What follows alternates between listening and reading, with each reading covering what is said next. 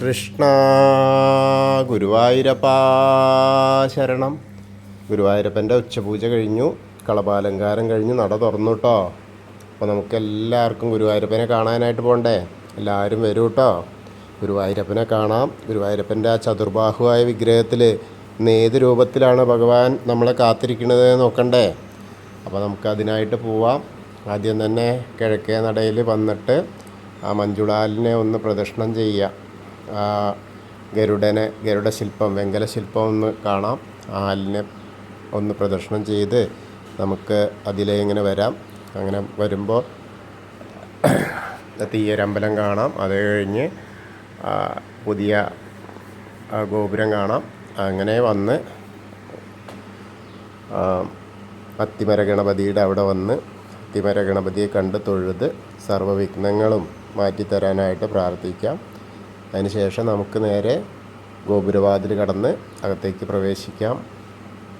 ഇന്നിപ്പോൾ രാവിലെയൊക്കെ കുറേ സമയം ഏകാന്തമല്ല, സോപാനം വഴിയായിരുന്നു. അത് കാരണം കുറച്ച് തിരക്ക് കുറവായിരുന്നു. നല്ല മഴയാണ്, മഴ ഒഴിഞ്ഞിട്ടില്ല, ഫുൾ ടൈം മഴയാണ്. പിന്നെ അതിന് ശേഷം തിരക്ക് കൂടി, ഏകദേശം 10 മണിയോടുകൂടി തിരക്ക് കൂടി. അപ്പോൾ ഏകാന്തമായി. അപ്പോൾ പിന്നെ വരുന്ന ആളുകൾക്കൊക്കെ അതിലേ മാത്രമാണ്. ഇന്നും അതിവിശിഷ്യ നമ്മളെ മത്സ്യാവതാരങ്ങൾ വന്നു. മത്സ്യാവതാരമൂർത്തിയെ കാണാനായിട്ട്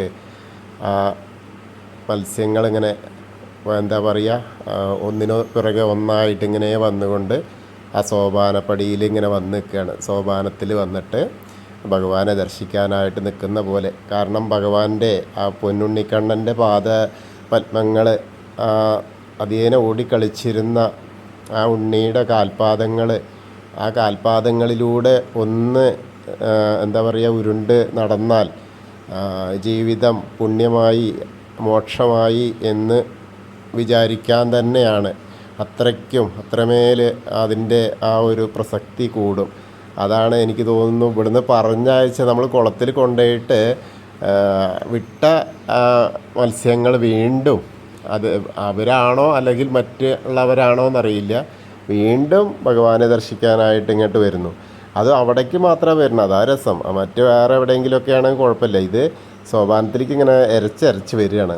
ഒരാളെ അവിടെ നിന്ന് മാറ്റിയിട്ട് കുളത്ത് കൊണ്ടുപോയിട്ടാൽ വീണ്ടും അടുത്ത ആൾ കയറി വരും. അതുപോലെ, അല്ലെങ്കിൽ ആ ആൾ തന്നെ ആയിരിക്കാം. എന്തായാലും കണ്ണനെ കാണാനായിട്ടുള്ള ആ പ്രയാണം അവർ തുടർന്നുകൊണ്ടേയിരിക്കുകയാണ്. വളരെ മനോഹരമായിട്ടുള്ള ഒരു കാഴ്ചയാണ്. അവരെ പറഞ്ഞ മാതിരി പിടിക്കാനും അവിടെ കൊണ്ടിടാനൊക്കെ ബുദ്ധിമുട്ടാണെങ്കിൽ കൂടി നമ്മൾ ചിന്തിച്ചാൽ ഇങ്ങനെ ആ പുണ്യജന്മങ്ങളും കൂടി ആവല്ലോ എന്നാണ്. കാരണം ഭഗവാന്റെ ആ തിരുനടയിൽ ഇങ്ങനെ വന്ന് നിൽക്കാൻ, അതിലൂടെ ഇങ്ങനെ അരിച്ചു പോവാൻ കഴിയണമെങ്കിൽ അതൊക്കെ പുണ്യജന്മം തന്നെയാണ്. അപ്പോൾ എങ്ങനെയായാലും നമുക്ക് ആ ഗുരുവായൂരപ്പനെ തൊഴാനായിട്ട് ഗോപുരവാതിൽ കടന്ന് അകത്തേക്ക് പ്രവേശിക്കാം. അങ്ങനെ ആ വാതിൽപ്പടി കയറി നേരെ ഇടത്തെ സൈഡിലുള്ള മേൽപ്പത്തൂരിൻ്റെ ആ പീഠം ഒന്ന് കണ്ട് തൊഴാം.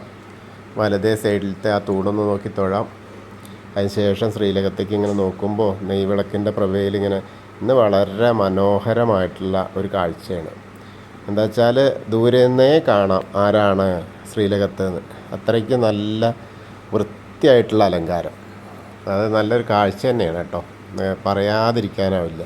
വളരെ സിമ്പിളാണ്, പക്ഷേ നല്ല കട്ടിയിൽ ദൂരെ നിന്ന് നോക്കിയാൽ തന്നെ മനസ്സിലാവുന്ന തരത്തിലാണ് ഇന്നത്തെ അലങ്കാരം, കളഭാലങ്കാരം. അങ്ങനെ കാൽപാദങ്ങൾ കാണുന്നു, കാൽത്തളകൾ കണ്ടിട്ടുണ്ട്. അതങ്ങനെ 2 കാലിലും കാൽത്തളകൾ അണിഞ്ഞിട്ടുണ്ട്.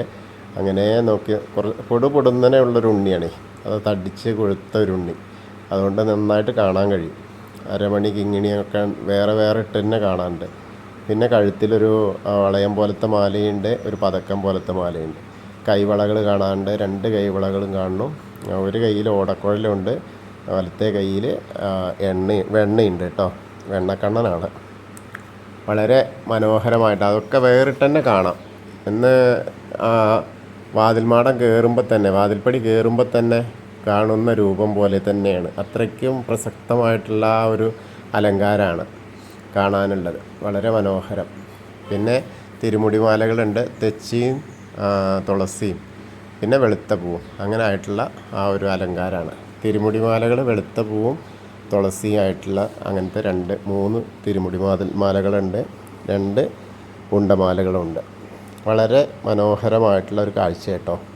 അപ്പോൾ എല്ലാവരും ഗുരുവായൂരപ്പൻ്റെ ആ ശ്രീലകത്തേക്ക് നോക്കിയിട്ട് സോപാനപ്പടിയിൽ നിന്ന് തൊഴുകയാണെന്ന് മനസ്സിലങ്ങോട്ട് വിചാരിക്കുക.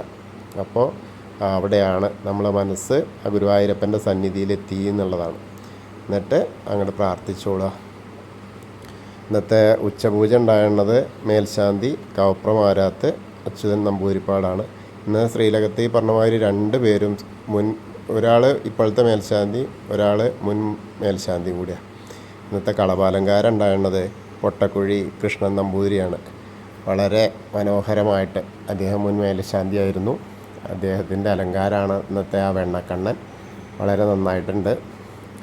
അപ്പോൾ നമ്മൾ അവിടുന്ന് ആ വെണ്ണക്കണ്ണനെ ദർശിച്ച് സോപാനപ്പടിയിൽ നിന്ന് ഇറങ്ങി അഗ്നികോണിലേക്കൊന്ന് നോക്കി തൊഴുതു. പിന്നെ തിടപ്പള്ളി നോക്കി തൊഴുതു. നേദ്യം തയ്യാറാക്കുന്നതും ഗണപതി ഹോമം നടത്തുന്നതൊക്കെയായ തിടപ്പള്ളി നോക്കി തൊഴുതു. പിന്നീട് ആ ചുമരിൻ്റെ മുകളിലേക്ക് തിരിഞ്ഞ് നോക്കിയാൽ നമ്മളെ ആലിലക്കണ്ണനെ കാണാം. പിന്നെ സപ്തമാതാക്കളെ കണ്ട് തൊഴുത് വിഘ്നേശ്വരൻ്റെ അടുത്ത് വരിക. വിഘ്നേശ്വരൻ്റെ അടുത്ത് ഇങ്ങനെ ചന്ദനം ഇങ്ങനെ ചാർത്തി വരികയാണ്. വലിയ വട്ടത്തിലുള്ള ഗോപി തിലകം വെച്ചിട്ടുണ്ട്. പിന്നെ കൊമ്പും തുമ്പി കയ്യൊക്കെ ഇങ്ങനെ ആയി വരുന്നു. പിന്നെ ഒരു വെളുത്തതും മഞ്ഞയും കൂടിയും ചേർന്ന അങ്ങനത്തെ പട്ടാണ് എടുത്തിട്ടുള്ളത്. നല്ല രസമായിട്ട് തന്നെയാണ് അലങ്കാരം. അപ്പോൾ എല്ലാവരും ആ വിഘ്നേശ്വരനെ ഗണേശനെ കണ്ട് പ്രാർത്ഥിച്ചോളൂ. ഏകദന്തം മഹാകായം തപ്തകാഞ്ചന സന്നിപം ലംബോദരം വിശാലാക്ഷം വന്ദേഹം ഗണനായകം. അത് കഴിഞ്ഞ് സരസ്വതി ദേവിയുടെ അടുത്തേക്ക് വരിക. സരസ്വതി ദേവിനെ കണ്ട് പ്രാർത്ഥിക്കുക. കിടാവിളക്ക് കത്തി നിൽക്കുന്നുണ്ട്. അപ്പോൾ അങ്ങനെ നോക്കി പ്രാർത്ഥിക്കുക. ഒരു 2 ചെറിയ മാലകളുണ്ട്. സരസ്വതി നമസ്തുഭ്യം വരദേ കാമരൂപിണി വിദ്യാരംഭം കരിഷ്യാമി സിദ്ധിർഭവതു മേ സദാ. അങ്ങനെ സരസ്വതി ദേവീനെയും ഗണേശനെയൊക്കെ കണ്ട് തൊഴുത് വരുമ്പോൾ ആ കോർണറിലെത്തിയുമ്പോൾ വീണ്ടും ചെറിയ ഗണേശ വിഗ്രഹം കാണാം. അതിൻ്റെ മുകളിലൊരു ചുവന്ന തെച്ചിയും തുളസിയായിട്ടുള്ള മാല ആരോ ചാർത്തിയിട്ടുണ്ട്. പിന്നെ മത്സ്യാവതാരം, കൂർമ്മം, വരാഹം, നരസിംഹം വരെയുള്ള രൂപങ്ങളൊക്കെ കാണാം. അത് കഴിഞ്ഞ മേൽശാന്തി അവിടെ ഇരിക്കുന്നത് പൊട്ടക്കുഴി കൃഷ്ണൻ നമ്പൂതിരിപ്പാടാണ്. അദ്ദേഹത്തിൻ്റെ കയ്യിൽ നിന്ന് നമുക്ക് അർച്ചന പ്രസാദം വാങ്ങാം. അത് കഴിഞ്ഞ് വാമനാവതാരം കാണാം. പിന്നെ ആ ഗജേന്ദ്രമോക്ഷത്തിൻ്റെ ആ ഒരു അവതാരം, അതേപോലെ മഹാവിഷ്ണു ഗരുഡാരൂഢനായിരിക്കുന്ന മഹാവിഷ്ണുവിനെ കണ്ട് തൊഴാം. പിന്നെ അനന്തപത്മനാഭൻ്റെ അടുത്ത് വരിക. അവിടെ വരുമ്പോഴോ ഇന്ന് ലക്ഷ്മി ദേവിക്കും നല്ലൊരു മാല ഉണ്ട്. അതേപോലെ ബ്രഹ്മാവിൻ്റെ അവിടെ നല്ല മാല ഉണ്ട്. നിറയെ അലങ്കാരം വിധാനമായിട്ട് മേലെ ഇങ്ങനെ ചാർത്തിയിട്ടുണ്ട്. മഹാവിഷ്ണുവിനും ഉണ്ട് നല്ല താമരമാല. നല്ല രസമായിട്ടുള്ള നിറയെ പൂക്കളാണ്. അപ്പോൾ അവിടെ പ്രാർത്ഥിക്കുക. അതിനുശേഷം ശ്രീകോവിലിൻ്റെ പുറകുവശത്തായിട്ട് വന്ന് സാഷ്ടാംഗം നമസ്കരിക്കുക. നമസ്കരിച്ചതിന് ശേഷം നേരെ തിരിച്ചു വരുമ്പോൾ ബാക്കിയുള്ള ദശാവതാര വിഗ്രഹങ്ങളൊക്കെ കാണാം. പിന്നെ അങ്ങനെ കൃഷ്ണൻ്റെ അടുത്ത് വരുമ്പോൾ അവിടെ ഉണ്ട് തുളസിമാലയും താമരമാലയൊക്കെ ചാർത്തിയിട്ടുണ്ട്. മുരുകന് അവിടെ അഭിഷേകമൊക്കെ കഴിഞ്ഞിരിക്കുന്നു. പിന്നെ നേരെ ഹനുമാൻ സ്വാമിയുടെ അടുത്ത് വരുമ്പോൾ ഒരു ചെറിയ മാലയേ ഉള്ളൂ. അത് താമരയും തുളസിയായിട്ടുള്ളതാട്ടോ. എന്നാലും അങ്ങനെ ചാർത്തിയാണ്. അപ്പോൾ അത് കണ്ട് തൊഴുക. എല്ലാവരും ഹനുമാൻ സ്വാമീനെ പ്രാർത്ഥിച്ചോളൂ. ത്വമസ്മിൻ കാര്യനിര്യാഗേ പ്രമാണം ഹരിസത്തമ ഹനുമാൻ യജ്ഞമാസ്തായ ദുഃഖക്ഷയകരോ ഭവ മനോജവം മാരുതതുല്യവേഗം ജിതേന്ദ്രിയം ബുദ്ധിമതാം വരിഷ്ഠം വാതാത്മജം വാനരയൂഥമുഖ്യം ശ്രീരാമദൂതം ശിരസാ നമാമി. ബുദ്ധിർബലം യശോധൈര്യം നിർഭയത്വം ഹരോഗത അജാഡ്യം വാക്പടുത്വം ഹനുമസ്മരണാത് ഭവേത്. ഓം നമോ ഭഗവതേ ആഞ്ജനേയായ മഹാബലായ സ്വാഹ. അങ്ങനെ ഹനുമാൻ സ്വാമിയെ കണ്ട് തൊഴുത് രാധാകൃഷ്ണ വിഗ്രഹമൊക്കെ കണ്ട് തൊഴുത് ഓവിൻ്റെ അവിടെ നിന്ന് പ്രാർത്ഥിക്കാം. അതിനുശേഷം താമരക്കണ്ണനെ കാണാം. പിന്നീട് നമ്മൾ ഗ്രില്ലിനപ്പുറത്തേക്ക് വന്നാൽ മണിക്കിണർ നോക്കി തൊഴാം. പിന്നെ നൃത്താറയിൽ നമ്മുടെ കിടാവിളക്ക് കത്തി നിൽക്കുന്നു. അപ്പോൾ നമ്മുടെ പൊന്നുണ്ണിക്കണ്ണൻ നൃത്തം ചെയ്യുന്നതായിട്ട് സങ്കല്പിക്കുക. ആ രൂപത്തിൽ നമ്മുടെ മനസ്സിലേക്ക് ആനയിക്കുക. അപ്പോൾ ദർശനം നമുക്ക് ലഭ്യമാവും. അതിന് ശേഷം നമ്മൾ കുറൂരമ്മേനെയും നാരദരെയും അതേപോലെ വസുദേവരെയും ഉണ്ണിക്കണ്ണനെയൊക്കെ ആയിട്ട് അനന്തനെയൊക്കെ പിടിച്ചു പോകുന്ന അതൊക്കെ കണ്ട് നേരെ വടക്കേ നടയിലൂടെ പുറത്ത് കടന്ന് നേരെ ആ പ്രസാദ കൗണ്ടറിൽ വന്ന് ചന്ദനവും തീർത്ഥമൊക്കെ വാങ്ങാം. അതൊക്കെ തൊട്ട് വീണ്ടും നമ്മൾ നേരെ ആ ഇടത്തരികത്തുകാവിലെ ഭഗവതിയുടെ അടുത്തേക്ക് വരികയാണ്. ഭഗവതിയുടെ അടുത്ത് വന്നാലോ വലിയ തിരക്കൊന്നും പറയാനില്ല, എന്നാലും കുറച്ചൊക്കെ ഉണ്ട്. ഇനി അങ്ങനെ അവിടെ വന്ന് തൊഴാൻ വേണ്ടി നോക്കുമ്പോൾ ഭഗവതിക്ക് എന്നുള്ള അലങ്കാരം എന്ന് പറഞ്ഞാൽ ചന്ദന ചാർത്ത് നന്നായിട്ടുണ്ട്, മുഖമൊക്കെ നിറയെ ഉണ്ട്. എന്നിട്ട് കണ്ണെഴുതിയിട്ട് പൊട്ട് തൊട്ടിട്ടുണ്ട്, നല്ല വലിയ പൊട്ട്. മുഖമൊക്കെ നല്ല രസമായിട്ടുള്ള അലങ്കാരമാണ്.